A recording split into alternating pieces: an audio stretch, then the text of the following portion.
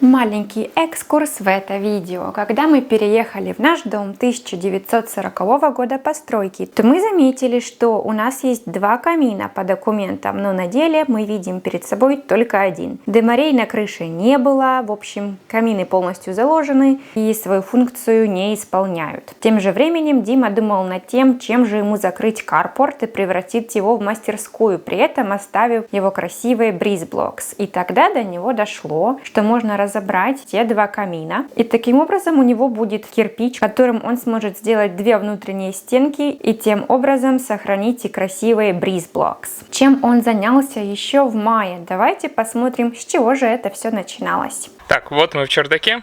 Короче, долго не буду рассусоливать, потому что становится жарко уже, и здесь все накаляется. Покажу экскурсию. В общем, никакой функции она не выполняет, то есть она была разобрана ниже крыши, чтобы это все закрыть. В том углу это труба камина.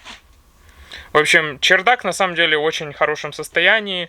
Здесь много положено этого, в общем, фанеры, чтобы можно было ходить, чтобы не проваливаться в гипсокартон.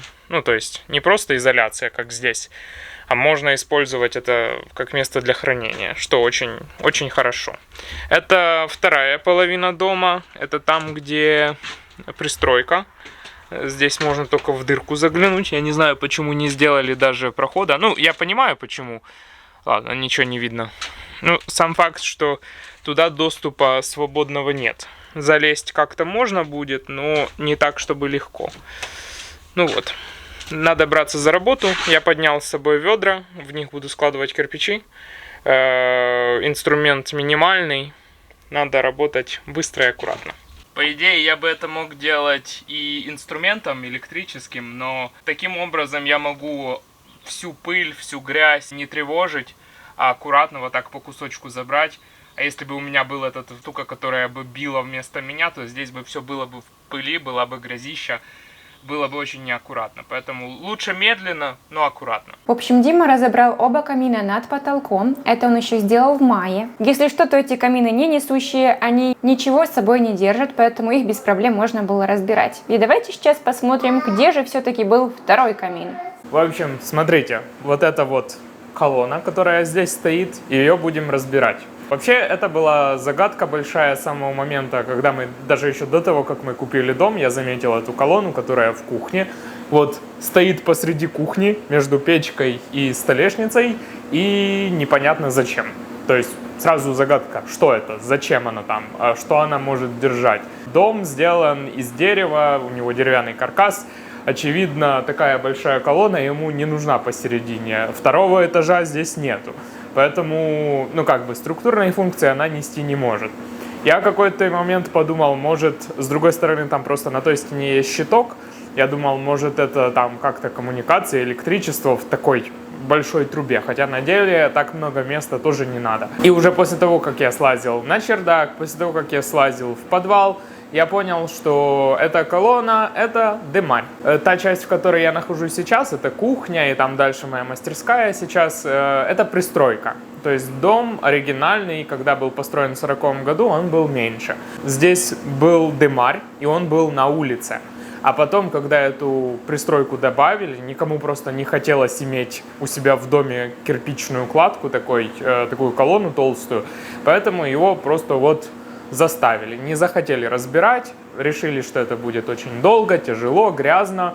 Может, они изначально не перестали использовать этот камин или печку, что у них там было с той стороны. Поэтому они его оставили и просто закрыли сверху. Камин не выходил за крышу, то есть если смотреть на чердаке, поднимаешься на чердак, это не то, что там камин, который идет через крышу наверх, и это там дымарь наверху. Нет, верхушка была разобрана как раз для того уровня, чтобы можно было поставить крышу поверх него. То есть дом закрыт полностью, а камин оставили, потому что не хотелось разбирать в тот момент. Я понял, что мне нужны кирпичи. Я буду использовать кирпичи у себя в будущей мастерской, буду закрывать карпорт. И вместо того, чтобы покупать кирпичи, зачем же это делать, если можно разобрать вот эти вот кирпичные конструкции, которые нам не нужны, которые воруют место, и они вообще, ну, как бы моложе не становятся. Поэтому, ну, я хочу его разобрать, и этот кирпич я могу использовать. Я посмотрел несколько видео о том, как разбирать дымари. И всегда есть предупреждение о том, что будьте осторожны, потому что иногда дымари, они исполняют структурную функцию, то есть за них что-то держится. Поэтому я очень внимательно начинал разбирать эту колонну. Я начал разбирать ее с чердака. Там очень четко видно, что ничего к этой колонне не крепится. Вот прям ничего за нее не держится. Она просто стоит в землю, воткнута, то есть она была присобачена, наверное, к той части дома. Но сам факт, что к ней ничего структурного не крепили, она стоит сама по себе. Для меня это работает отлично, то есть это как бы дает ощущение безопасности, что разобрав дымарь, я не обрушу части дома. Это очень хорошо, что на нем ничего не держится, то есть его можно спокойно по одному кирпичику разбивать. К тому же, да, я не собираюсь брать кувалду и сносить все это, там где-то под низ бить. Хватает видео в интернете, когда начинают что-то ломать снизу, оно потом рушится, ломает вместе с собой кучу всего. Так как мне нужны кирпичи целые, буду по одному кирпичу выбивать и снимать их. И таким образом, даже если я найду, что что-то держится за эту колонну, то я буду это видеть до того, как это ломать. Я собираюсь снять вот эту вот панельку сейчас спереди, разобрать кирпичи, закрыть дырки, которые у меня получатся, и, собственно, убрать вот эти боковые стенки, потому что они уже будут тоже не нужны. И таким образом у нас освободится здесь кусок места. Можно будет наконец-то отодвинуть печку от холодильника. Многие нам об этом сказали, что типа нехорошо, что печка стоит рядом с холодильником.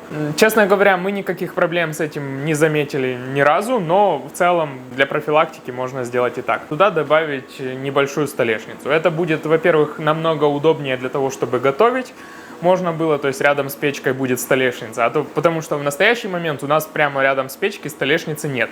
И то есть все, что надо, например, вы нарезали где-то в стороне, вам надо обойти эту колонну, чтобы подойти к печке. Ну, в общем, это очень неудобная штука здесь, она здесь не нужна ни для чего. И мне нужны кирпичи, поэтому все звезды, по-моему, сошлись. Я уже начинал сверху разбирать, и оно разбирается довольно легко, поэтому не вижу ни одной причины не разобрать.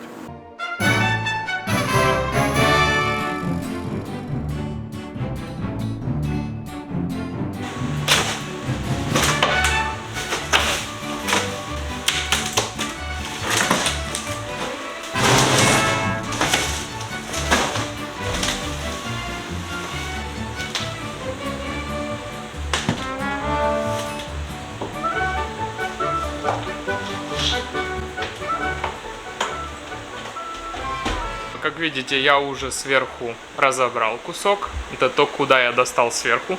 Там уже, как можете представить, идет наклон крыши, поэтому там мало места, я не особо залезал. Вот. Они даже красили этот кирпич с одной стороны. Буду разбирать теперь сами кирпичи и по чуть-чуть вытаскивать. По-хорошему, кирпичи должны быстро разбираться.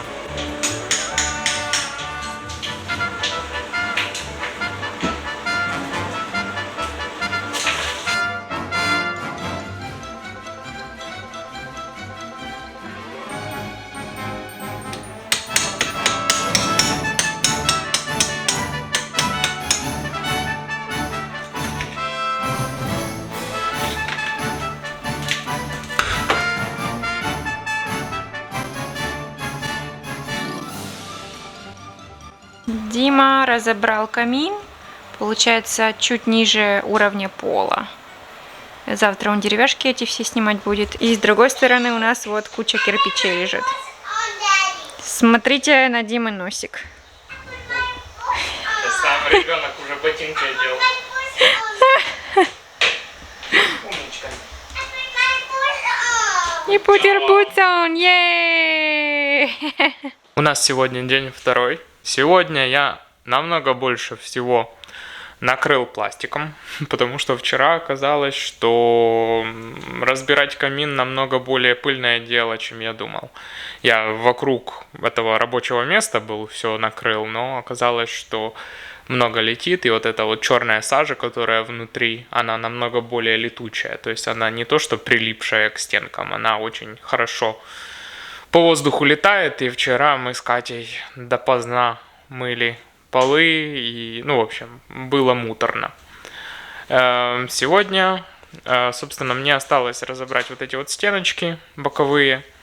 Ну и после того, как я разберу, я лучше увижу, что там происходит, как оно выглядит, и, соответственно, надо будет закрыть вот там в потолке дырку и в полу дырку. Вот. Приятно то, что на место, где будет, ну там, скажем, латка, вместо того, что здесь будет там линолеум такой же, там будет другой пол какой-то, туда станет печка. Вот. А на место печки станет столешница новая.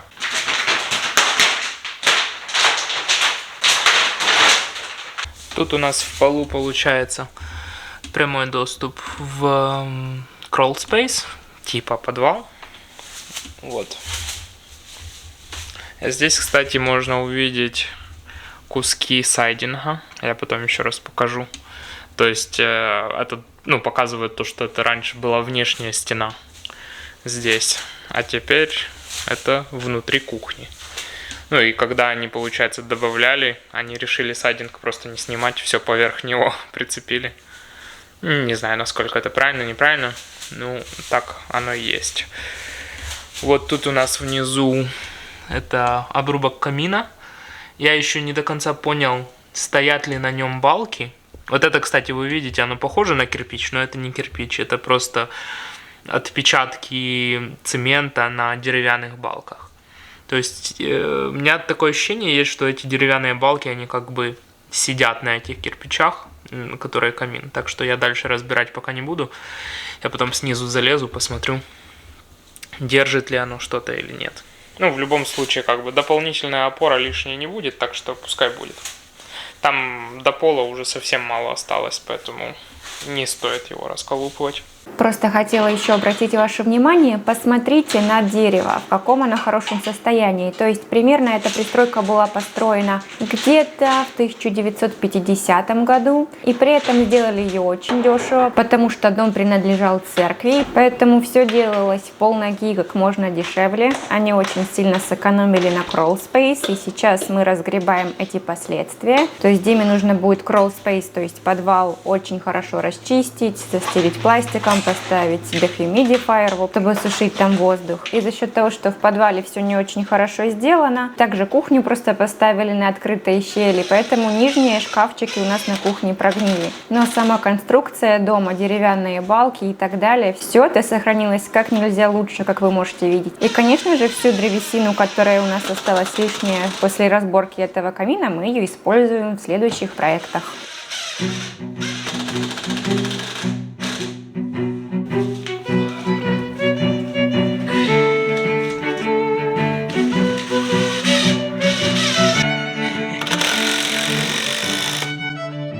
Я сейчас замажу щели большие, потом у меня есть сеточка, с которой я переезжаю уже лет 5, которая никак не нужна была, и тут как раз она пригодится. Я потом выровняю, будет, надеюсь, красиво, если получится. Ну смотри, сделай красиво.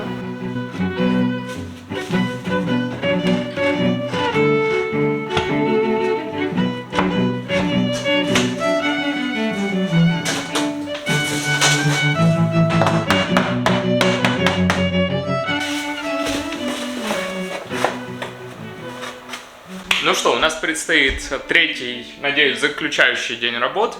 А давайте посмотрим, что я успел сделать и что еще предстоит. Нам с Катей, например, сейчас на кухне очень странно, потому что кажется, что что-то не на своем месте. И такое ощущение, знаете, как только переехал и не понимаешь, что ощущается странно. Вот, да, теперь странно смотреть, что здесь нету этой колонны. Итак, потолок закрыл стандартным гипсокартоном, замазал сейчас так грязно этим, ну, в общем, смесью, которая для гипсокартона сделана специально. Я сегодня буду это все шлифовать и потом пытаться, не знаю, куском бумажки, либо мочалкой имитировать структуру, имитировать текстуру такая же, как на остальном потолке рядышком. Раньше в нашем доме был так называемый попкорн, когда оно так тяжело висит с потолка, сильная текстура, и когда перед тем, как сюда заезжать, я его все пошкрябал. И теперь оно все еще есть текстура на потолке, но уже еле-еле заметная, и нам так намного больше нравится. Надо будет попытаться подобрать. Сюда я вставил панель, такая же, как и была. Это та же панель, которая была спереди на колонне. Теперь она оказалась, ну, в общем, на том же месте, только сзади. И она идеально в целом подошла туда. Там пару мест надо было подрезать ножом, но это была ерунда. То есть она идеально встала в ту дырку, которая там была. Вот. Пол я закрыл сначала толстым листом фанеры, там где-то 3/4 дюйма лист фанеры. Щель я замазал самым обычным 100% силиконом, чтобы не было никаких щелей с полом, ну, в общем, с подвалом. Ну, а сверху это я положил фанерку, она, во-первых, добавила немного высоты, чтобы стать уровень с полом, ну и для более приличного вида. На это место станет потом печка. Так что этого видно не будет совсем. Так что я не сильно переживаю. Вот. А сегодня у меня задача сделать что-то с потолком, чтобы он сходился с остальным. И покрасить хотя бы праймером вот эти вот вставку. То есть вот эти коричневые детали, которые раньше были под низом. В планах у нас сюда поставить потом шкафчик и микроволновку, чтобы она висела под шкафчиком. То есть вот это вот место, оно будет закрыто, оно будет частью кухни. Просто пока мы ждем микроволновку, и шкафчик, я думаю, построю сам. Потом уже, когда будет микроволновка, я смогу подобрать все и сделать эту часть. Ну а пока давайте красить и делать потолок.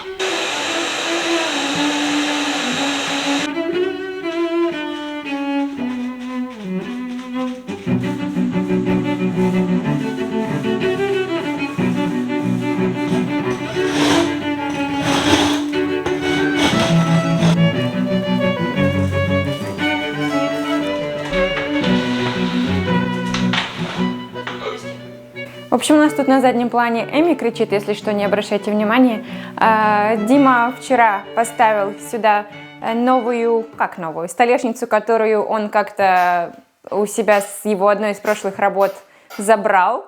Расскажи, получается, вы снимали столешницы? Их бы выбросили. Их бы выбросили. В общем, Дима как-то, кажется, 4 года назад занимался стройкой, и там он просто менял кому-то столешницы.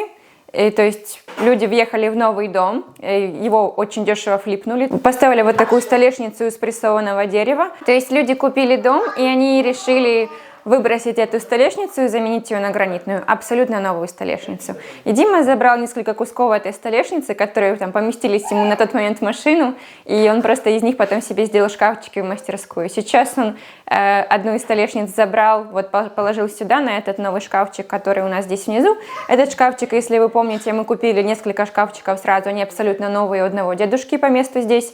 4 шкафчика он продал за $100. Так, один такой шкафчик, кажется, стоит 200 или что-то около того, может быть, даже дороже. А нам вот 4 досталось за 100. Здесь я уже сняла одну дверь. Я наконец-то здесь все смогу вверху докрасить желтым. Сюда у нас пойдет потом маленькая полочка. Получается, будет шкафчик чуть выше, чем вот этот. И чтобы мы в него смогли вставить микроволновку с вытяжкой. Вот эта вытяжка, она сейчас уйдет в никуда. Скорее всего, мы ее просто выбросим. Я не знаю, я попробую ее отдать кому-то. Может быть, кто-то заберет, потому что она рабочая. Но она как бы 50-го года или какого-то, поэтому, скорее всего, я ее просто выброшу. И когда появится у нас шкафчик здесь с микроволновкой и вытяжкой, я на самом деле не знаю. Поэтому, скорее всего, видео мы закончим на том, что здесь я просто все покрашу в желтый, и это уйдет. Поехали!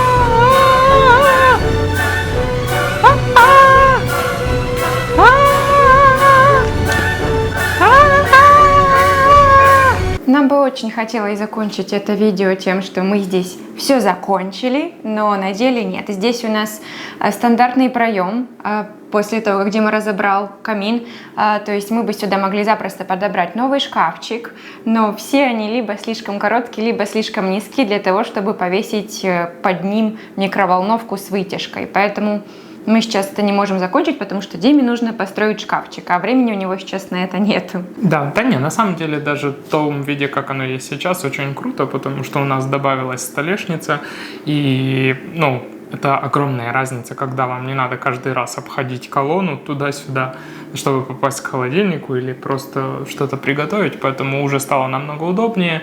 Потом, когда будет микроволновка и шкафчик, там еще пропадет микроволновка со столешницы, места станет еще больше.